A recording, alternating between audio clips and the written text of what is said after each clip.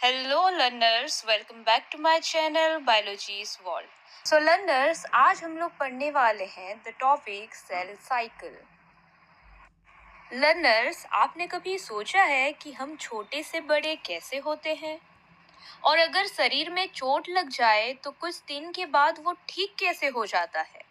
सो learners, actually हमारे शरीर में बहुत छोटे छोटे जीवित हिस्से होते हैं जिसे हम सेल कहते हैं। हमारा पूरा शरीर इन्हीं सेल से मिलकर बना है।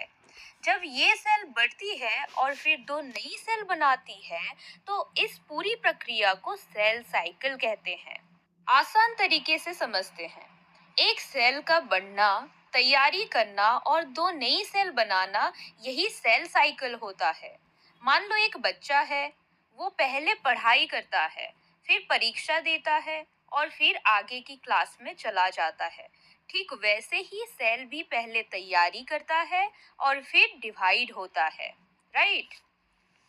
देन आता है main phases of the cell cycle. Cell cycle के दो बड़े भाग होते हैं। पहले तैयारी का समय यानी इंटरफेज, दूसरा होता है डिवाइड होने का समय यानी एम फेज और माइटोटिक फेज। आज हम समझेंगे कि ये पूरी प्रक्रिया कैसे होता है। पहले पढ़ेंगे इंटरफेज के बारे में। Interphase that is preparation phase यानी तैयारी का समय। इंटरफेज ये सबसे लंबा समय होता है। इस समय सेल बाहर से शांत दिखता है लेकिन अंदर में बहुत काम चल रहा होता है। इसे तीन भागों में समझते हैं। एक होता है G1 फेज, दूसरा S फेज, तीसरा G2 फेज। चलिए देखते हैं G1 फेज में क्या होता है। G1 फेज, सेल का आकार बढ़ता है। यहाँ पे नए प्रोटीन और ऑर्गेनेल बनते हैं और इसमें सेल अपना रोज का काम भी करता रहता है। जैसे एग्जाम से पहले हम पढ़ाई शुरू करते हैं, ठीक वैसे ही सेल भी तैयारी शुरू करता है। देन आता है एस फेज। यहाँ पे क्या होता है? यहाँ डीएनए की कॉपी बनती है एंड हर क्रोमोसोम की दो कॉपी बनती है।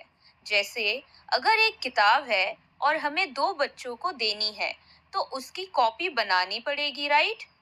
ठीक वैसे ही सेल डीएनए की कॉपी बनाता है।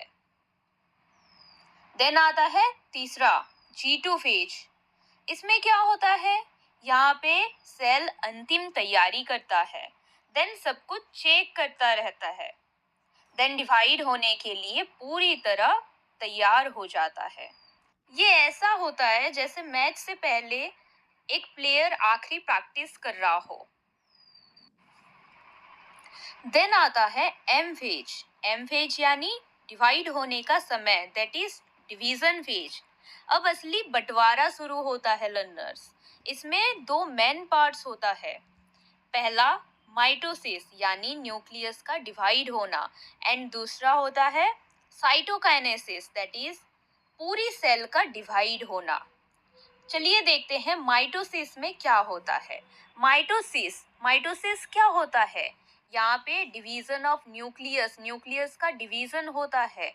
ये वो प्रोसेस है जिसमें न्यूक्लियस के अंदर मौजूद डीएनए और क्रोमोसोम बराबर दो भागों में बंटते हैं। इसका मकसद ये है कि दोनों नई सेल को बराबर जानकारी मिले। माइटोसिस में चार स्टेप्स होते हैं। पहला प्रोफेज, यहाँ पे क्रोमोसोम साफ दिखने लगता है। देन आता है मेटाफेज, यहाँ पे सब बीच में एक लाइन में आ जाते हैं। थर्ड एनाफेज, यहाँ पे क्रोमोसोम अलग हो जाते हैं। फोर्थ वन टेलोफेज, टेलोफेज में दो नए न्यूक्लियस बन जाते हैं। ये पूरा काम बहुत अच्छे तरीके से होता है लर्नर्स। चलिए थोड़ा डिटेल्स में समझते हैं प्रोफेज के बारे में। प्रोफेज, इसमें क्रोमोसोम मोटे और साफ दिखने लगते हैं और न्यूक्लियर मेम्ब्रेन धीरे धीरे टूटने लगते हैं। देन स्पिंडल फाइबर बनना शुरू हो जाता है। यहाँ से डिवीजन की तैयारी शुरू होती है लर्नर्स, राइट? देन आता है मेटाफेज। यहाँ पे सभी क्रोमोसोम और सेल बीच में एक सीधी लाइन में आ जाते हैं। देन स्पिंडल फाइबर उनसे जुड़ जाता है। ये सबसे आसान स्टेज होता है पहचानने के लिए। देन तीसरा फेज होता है एनाफेज। इस स्टेज में क्रोमोसोम के सिस्टर क्रोमाटिड्स अलग हो जाते हैं। देन स्पिंडल फाइबर्स उन्हें खींचकर सेल के ऑपोजिट पोल्स की ओर ले जाता है। अब हर क्रोमाटिड एक इंडिपेंडेंट क्रोमोसोम बन जाते हैं। सिंपली बोला जाए तो एनाफेज में क्रोमोसोम्स दो बराबर भागों में बंटकर सेल के ऑपोजिट पोल्स की ओर चले जाते हैं। देन आता है टेलोफेज। टेलो यानी एंड, मतलब ये माइटोसिस का लास्ट स्टेज होता है। टेलोफेज सेल डिवीजन का लास्ट स्टेज होता है जो एनाफेज के बाद आता है। इस स्टेज में क्रोमोसोम सेल के दोनों पोल्स पर पहुंच जाता है और फिर धीरे धीरे पतले होकर क्रोमाटिन में बदलने लगता है। हर पोल्स पर नई न्यूक्लियर मेम्ब्रेन बन जाती है और न्यूक्लियोलस भी फिर से दिखाई देने लगता है। देन स्पिंडल फाइबर्स टूटने लगता है। इस प्रकार एक सेल के अंदर दो न्यू न्यूक्लियस बन जाते हैं और सेल दो नई सेल में डिवाइड होने के लिए तैयार हो जाती है। टेलोफेज को आप ऐसे समझो जैसे कोई काम पूरा होने वाला हो। मान लो एक कमरे में सामान को दो बराबर हिस्सों में बांटना है, राइट? पहले सामान अलग अलग किया गया, लाइक एनाफेज, और अब दोनों तरफ रख दिया गया है। अब हर हिस्से के चारों तरफ दीवार बना दी जाती है ताकि दोनों हिस्से अलग अलग कमरों जैसे बन जाए। यही काम टेलोफेज में होता है, राइट लर्नर्स? इस स्टेज में सेल के अंदर जो क्रोमोसोम्स है वे दोनों किनारों पर पहुंच जाते हैं। फिर उनके चारों तरफ न्यूक्लियर मेम्ब्रेन बन जाती है, जैसे दो नए छोटे छोटे कमरे बन गए हो। अब एक सेल के अंदर दो अलग अलग न्यूक्लियस रेडी हो जाते हैं। आसान तरीके से समझते हैं, टेलोफेज वो समय होता है जब सेल दो न्यू सेल बनने के लिए पूरी तरह तैयार हो जाती है। उसके बाद आता है साइटोकाइनेसिस यानी साइटोप्लाज्मिक डिवीजन। साइटोकाइनेसिस वो प्रक्रिया है जिसमें एक सेल दो नई सेल्स में बढ़ जाती है। जब पहले न्यूक्लियस दो भागों में बढ़ जाता है, उसके बाद सेल का बाकी हिस्सा भी अलग हो जाता है। इसी को साइटोकाइनेसिस कहते हैं। इजी वे में समझते हैं, जैसे सोचिए एक गुब्बारा है। पहले उसके अंदर का भाग दो हिस्सों में बंटता है, राइट? फिर पूरा गुब्बारा बीच से दबकर दो अलग अलग गुब्बारे बन जाते हैं। बस यही प्रोसेस सेल में भी होती है। ये कैसे होता है? पहले एनिमल सेल में देखते हैं कैसे होता है, देन प्लांट सेल में देखेंगे। एनिमल सेल में कैसे होता है? सेल के बीच में एक हल्की सी लाइन बनती है। ये लाइन धीरे धीरे गहरा होता जाता है। आखिर में सेल दो अलग अलग भागों में बढ़ जाती है, मतलब सेल बीच से दबकर दो हिस्सों में अलग हो जाती है। देन देखते हैं प्लांट सेल में कैसे होता है। प्लांट सेल में सेल के बीच में एक नई दीवार जैसी प्लेट बनती है। ये प्लेट धीरे धीरे बड़ी होती रहती है। लास्ट में ये पूरी दीवार बनकर सेल को दो भागों में बांट देती है। मतलब प्लांट में बीच में नई दीवार बनकर डिवाइड होता है। सो लर्नर्स, एनिमल सेल में ये दबकर अलग होता है एंड प्लांट सेल में ये दीवार बनकर अलग होता है। ये पिक्चर सेल साइकिल को दिखाता है। सेल साइकिल वो प्रोसेस है जिसमें एक सेल बढ़ता है, अपना डीएनए कॉपी करता है और फिर दो न्यू डॉटर सेल्स में डिवाइड हो जाता है। इसे समझना बायोलॉजी में बहुत इम्पोर्टेंट होता है क्योंकि इसी से बॉडी की ग्रोथ और रिपेयर होती है। पहला आता है इंटरफेज। सेल साइकिल का सबसे बड़ा हिस्सा इंटरफेज कहलाता है। इस फेज में सेल धीरे धीरे प्रिपेयर करता है ताकि बाद में डिवीजन सही तरीके से हो सके। इंटरफेज तीन पार्ट्स में डिवाइड होती है। पहला G1 फेज यानी ग्रोथ फेज। इस स्टेज में सेल ग्रो करता है। सेल का साइज बढ़ता है, नई प्रोटीन्स और ऑर्गेनेल्स बनते हैं एंड सेल अपने फ्यूचर डिवीजन के लिए रेडी होता है एंड ये सेल का ग्रोथ टाइम होता है, राइट। देन आता है एस फेज यानी डीएनए रेप्लिकेशन फेज। इस फेज में सेल अपना डीएनए को कॉपी करता है। डीएनए की एग्जैक्ट डुप्लीकेट कॉपी बनती है यहाँ पे, ताकि जब सेल डिवाइड हो तो दोनों डॉटर सेल्स को सेम जेनेटिक इंफॉर्मेशन मिले एंड ये डीएनए कॉपिंग स्टेज होता है। देन आता है G2 फेज यानी प्रिपरेशन फेज। इस स्टेज में सेल फाइनल प्रिपरेशन करता है। सेल डिवीजन के लिए जरूरी प्रोटीन्स बनती है यहाँ पे। डीएनए को चेक किया जाता है कि कोई मिस्टेक तो नहीं है एंड ये फाइनल प्रिपरेशन स्टेज होता है। देन आता है माइटोसिस एम फेज। इस स्टेज में सेल डिवीजन होता है। एक सेल दो डॉटर सेल्स में डिवाइड हो जाता है और दोनों सेल्स एक जैसे होते हैं। उसके बाद आता है साइटोकाइनेसिस। माइटोसिस के बाद साइटोकाइनेसिस होती है। यहाँ पे सेल का साइटोप्लाज्म डिवाइड होता है एंड दो कंप्लीटली अलग सेल्स बन जाते हैं। मतलब यहाँ पे सेल का फाइनल सेपरेशन होता है। देन आता है चेक पॉइंट्स। सेल साइकिल में कुछ चेक पॉइंट्स होते हैं। ये चेक पॉइंट्स सेल को कंट्रोल करते हैं एंड अगर डीएनए में मिस्टेक हो तो सेल डिवीजन स्टॉप कर देते हैं। ये सिस्टम चेक करता है कि सेल सही तरीके से डिवाइड हो रहा है या नहीं हो रहा है। नर्स, इस पिक्चर में हम लोग क्या समझते हैं कि सेल साइकिल वो प्रोसेस है जिसमें एक सेल बढ़ता है, अपना डीएनए कॉपी करता है और फिर दो न्यू डॉटर सेल्स में डिवाइड हो जाता है। Importance of cell cycle. Cell cycle का क्या क्या इम्पोर्टेंस है देखते हैं। पहला होता है growth of organism, necessary for increasing size in multi cellular organism. हमारा बॉडी छोटा से बड़ा कैसे होता है लर्नर्स? बॉडी में नई नई सेल्स बनती है। सेल साइकिल ही नई सेल्स बनाकर बॉडी ग्रोथ में हेल्प करता है, राइट। देन आता है रिपेयर ऑफ डैमेज टिश्यू, यानी चोट लगने पर मरम्मत करना। अगर हमें चोट लग जाए तो घाव भर जाता है, राइट।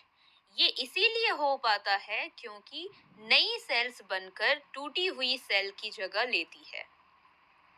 देन आता है replacement of old and damaged cells, यानी पुरानी सेल की जगह नई सेल का आना। हमारे बॉडी की कुछ सेल रोज मरती है और सेल साइकिल नई सेल बनाकर उनकी जगह भर देता है। देन आता है हीलिंग ऑफ वुंड्स, यानी घाव भरना। कट या जख्म होने पर जो नई स्किन बनती है वो सेल डिवीजन से बनती है। देन आता है स्टेम सेल डिफरेंशिएशन। डिफरेंशिएशन का मतलब है किसी खास काम के लिए बदल जाना। जब स्टेम सेल किसी विशेष प्रकार की सेल बन जाती है, जैसे muscle cell, nerve cell, blood cell, तो इस बदलने की प्रोसेस को स्टेम सेल डिफरेंशिएशन कहते हैं। देन आता है इम्यून रेस्पॉन्स, यानी इम्यून सिस्टम को मजबूत रखना। जब हम बीमार होते हैं तो बॉडी नई इम्यून सेल्स बनाता है एंड ये भी सेल साइकिल की वजह से पॉसिबल होता है। देन आता है टिश्यू एंड ऑर्गन मेंटेनेंस, यानी हमारे बॉडी के ऑर्गन ठीक से काम करें, इसी के लिए नई सेल्स बनती रहती है रोज। देन आता है रिप्रोडक्शन इन यूनिसेलुलर ऑर्गेनिज्म। इसे इजी वे में समझते हैं। कुछ ऑर्गेनिज्म ऐसे होते हैं जो सिर्फ सिंगल सेल से बने होते हैं, जैसे बैक्टीरिया। इनके पास अलग अलग शरीर नहीं होता है और वही एक सेल ही पूरा ऑर्गेनिज्म होता है। जब वो सेल दो भागों में डिवाइड होता है तो एक से दो नई ऑर्गेनिज्म बन जाते हैं। इसीलिए सेल साइकिल इन ऑर्गेनिज्म के लिए बच्चे पैदा करने का तरीका है। मतलब यूनिसेलुलर ऑर्गेनिज्म का पूरा लाइफ और उनका नंबर बनना सेल साइकिल पर ही डिपेंड करता है। देन आता है जेनेटिक स्टेबिलिटी, जेनेटिक मतलब जीन या डीएनए से जुड़ा हुआ है। स्टेबिलिटी का मतलब होता है स्थिर रहना यानी कांस्टेंट, और बिना बदले सही हालत में बने रहना। यानी जेनेटिक स्टेबिलिटी का मतलब है डीएनए की जानकारी का सही और सुरक्षित रखना रहना। इसी वे में समझते हैं। हमारे बॉडी की हर सेल में डीएनए होता है। डीएनए में हमारा बॉडी की पूरी जानकारी लिखी होती है, राइट? जैसे colour, height and body structure etcetera. जब सेल डिवीजन होती है तो डीएनए की कॉपी बनती है। अगर कॉपी सही बने और नई सेल में सही जानकारी जाए तो इसे जेनेटिक स्टेबिलिटी कहते हैं। देन आता है control of cell cycle. The cell cycle is tightly regulated to ensure proper cell division and prevent errors. Cell cycle एक ऐसा प्रोसेस है जिसमें एक सेल बढ़ती है और फिर दो नई सेल्स में डिवाइड हो जाती है। ये प्रोसेस बहुत ही कंट्रोल तरीके से होती है ताकि कोई गलती ना हो। पहला, साइक्लिन एंड सीडीके। साइक्लिन और सीडीकेस क्या करते हैं? ये इम्पोर्टेंट टाइप के प्रोटीन होते हैं। ये सेल को बताते हैं कि कब आगे बढ़ना है और कब डिवाइड करना है। ये साइकिल की स्पीड और ऑर्डर को कंट्रोल करते हैं। आसान तरीके से समझे तो साइक्लिन्स और सीडीके सेल साइकिल के मैनेजर की तरह काम करते हैं। देन आता है चेक पॉइंट्स। चेक पॉइंट्स क्या होते हैं? ये सुरक्षा जांच की तरह काम करते हैं। ये देखते हैं कि सेल का स्ट्रक्चर सही है या नहीं है, डीएनए सही से कॉपी हुआ है या नहीं, डीएनए में कोई डैमेज तो नहीं है। अगर कोई गलती मिलती है तो सेल साइकिल को रोक दिया जाता है। So learners, checkpoint cell के सिक्योरिटी गार्ड की तरह होते हैं। देन आता है कैंसर। कैंसर कैसे होता है? जब सेल साइकिल का कंट्रोल बिगड़ जाता है तो साइक्लिन, सीडीके और चेक पॉइंट सही से काम नहीं करते हैं। तब सेल्स बिना रुके डिवाइड होने लगती है। इस अनकंट्रोल सेल डिवीजन को ही कैंसर कहते हैं। आसान तरीके से समझते हैं। जब सेल के ब्रेक फेल हो जाते हैं तो कैंसर हो सकता है। सेल साइकिल बहुत ही कंट्रोल में चलता है। साइक्लिन और सीडीके इसे आगे बढ़ाते हैं। चेक पॉइंट्स गलतियों को रोकते हैं। अगर कंट्रोल हट जाए तो कैंसर होता है। तो बेसिकली लर्नर्स, सेल साइकिल हमें सिखाता है कि हर सेल पहले बढ़ती है, अपना डीएनए बनाती है और फिर दो नई सेल में बढ़ जाती है। यही प्रोसेस हमारी बॉडी ग्रोथ एंड रिपेयर में मदद करती है। अगर सेल साइकिल ना हो तो हमारा बॉडी ना बढ़ेगा, ना चोट भरेगी, ना नई सेल्स बनेगी। इसीलिए सेल साइकिल लाइफ के लिए बहुत इम्पोर्टेंट होता है। तो मेरे प्यारे लर्नर्स, वीडियो अंत तक देखने के लिए बहुत बहुत धन्यवाद। अगर आपको ये वीडियो हेल्पफुल लगा है तो लाइक, शेयर एंड सब्सक्राइब जरूर करें। मिलते हैं अगली वीडियो में।